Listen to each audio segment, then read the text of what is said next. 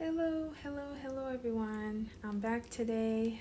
This is Andrea Ellis here from Fear Free Living LLC, life coach.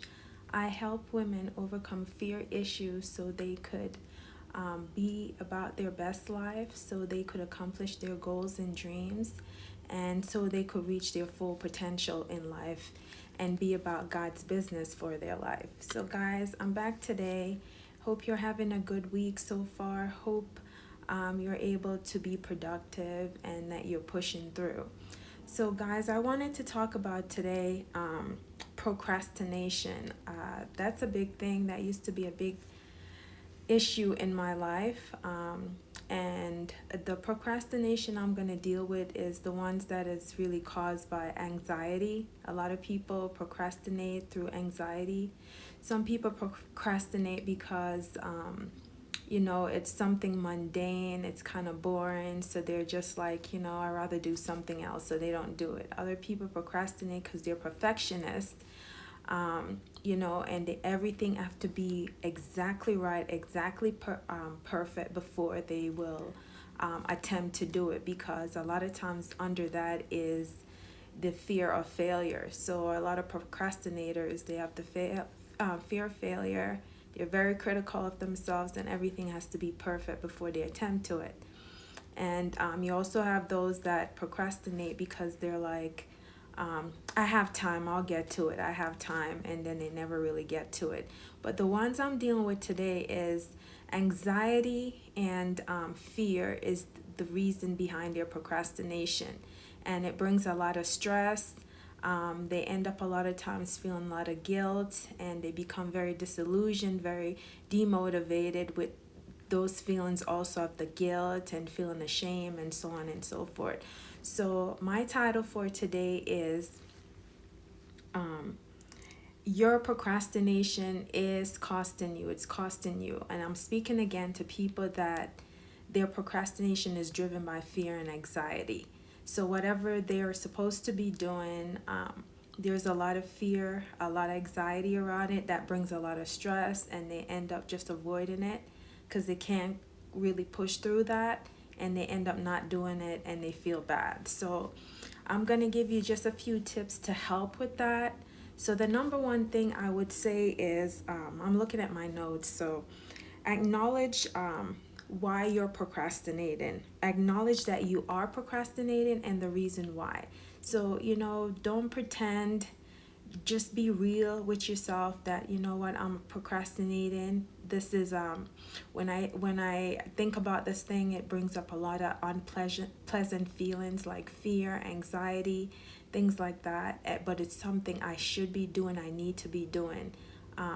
It's a very important task, and it's something I should, maybe it's a goal, maybe something the Lord told you should be stepping into, but it's out of your comfort zone, and you just have a lot of real fear and anxiety. Just if you be real with yourself, you have a lot of fear. So just acknowledge that you do have a lot of you are procrastinating, and get to the root of the fear behind that. I'm big on getting to the root of your fears so that you can address them, and just be real about it. Don't pretend, don't act.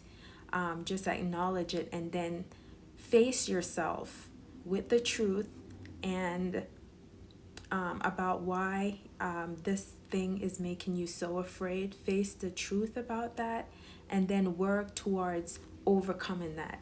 Okay, so that's one. The first thing is to acknowledge it and look to the root of your procrastination, and then start making a plan to deal with that. Okay, then second thing I would say is forgive yourself about procrastinating. Like I said before, a lot of people feel a lot of anxiety and fear, so they don't do what they need to do, and then because of that, added to the fear, anxiety, and you get stressed out, then there's a lot of guilt, and you feeling ashamed, especially believers, that the word of God teaches God has not given us a spirit of fear, but of power, love, and a sound mind. So a lot of Christians, they will have this extra guilt around the fact that they're in fear or feel fear or whatnot. So you have to forgive yourself about that, so that you could let go of that guilt, and don't beat up on yourself. Hold yourself accountable, but don't beat up on yourself. There's a difference. You could be accountable, Hold yourself accountable. Check yourself without toxically beating up on yourself or toxically having all this negative self-talk to yourself. That just doesn't help the situation. That demotivates you, that it delusions you, that discourages you even more. So you have to have a healthy way of dealing with that. So forgive yourself. Give yourself grace in your struggle. Give yourself grace. Hold yourself accountable, but give yourself grace. Okay? And just develop a plan to take steps to do what you need to do and to push past this. And I'm a life coach, so I help people with the fear, women with fear issues.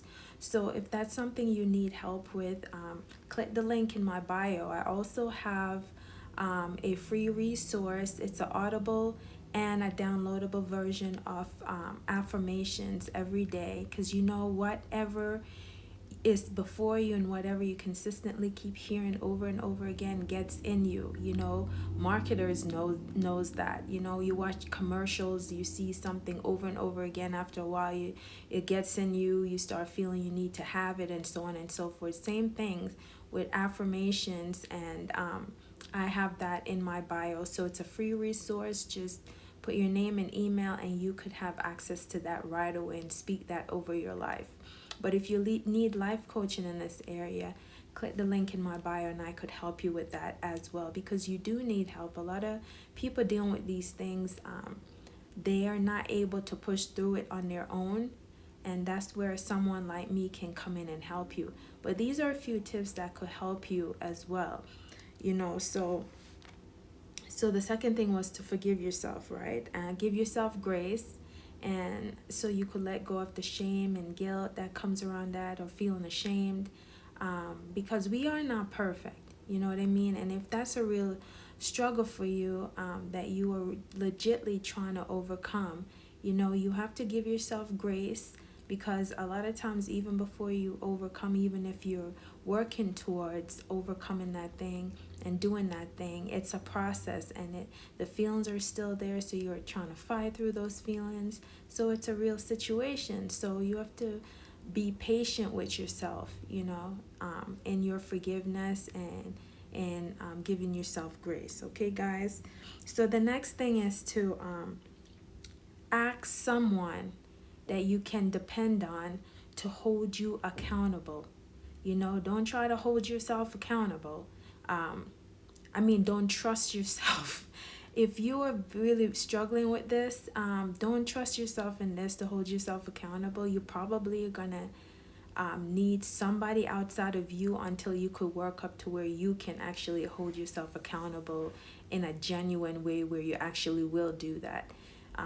You normally is gonna have to have someone outside of you to ask them, say, I need to get this thing done, but I'm really not comfortable with it, or it makes me very anxious. I have a lot of fear around it, and I just need help. Or maybe you don't have to go into all that. Just, can you help me, hold me accountable to this thing? It's very important. I need to get it done, and I haven't yet, but I need you to hold me accountable.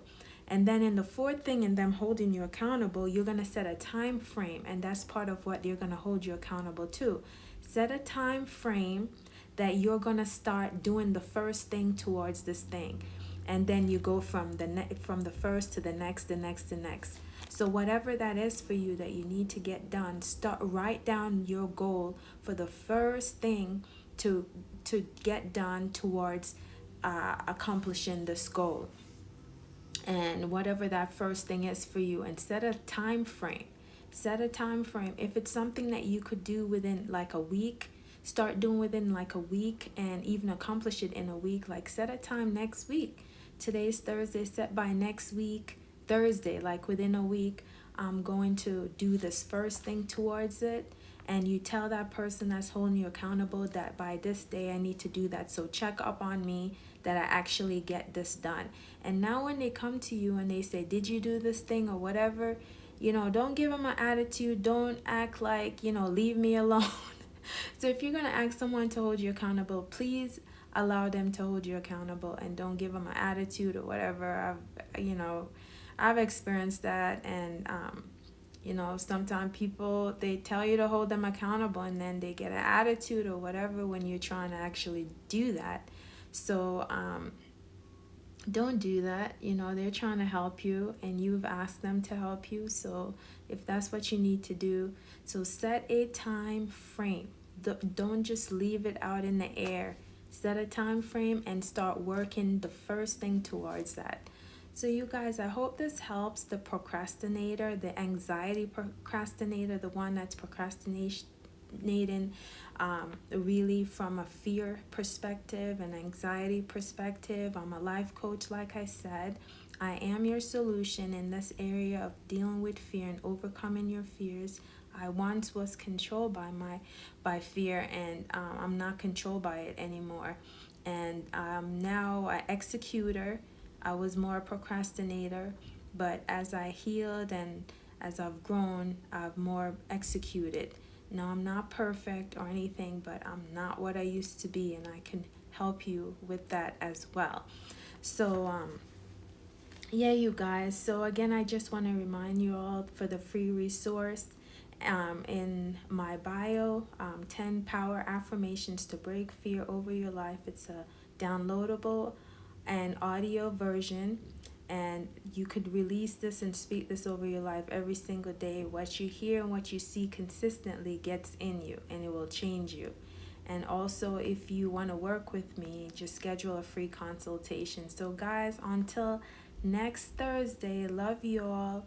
Keep pushing, keep working hard, keep setting goals towards overcoming your fears, and don't let them control you, but that you take back control over your life so you can live your best life and do all that God has called you to do. So I love you guys. Thanks for those that will watch and come in, and you enjoy your weekend, and I'll see you guys next time in my live. Bye, y'all.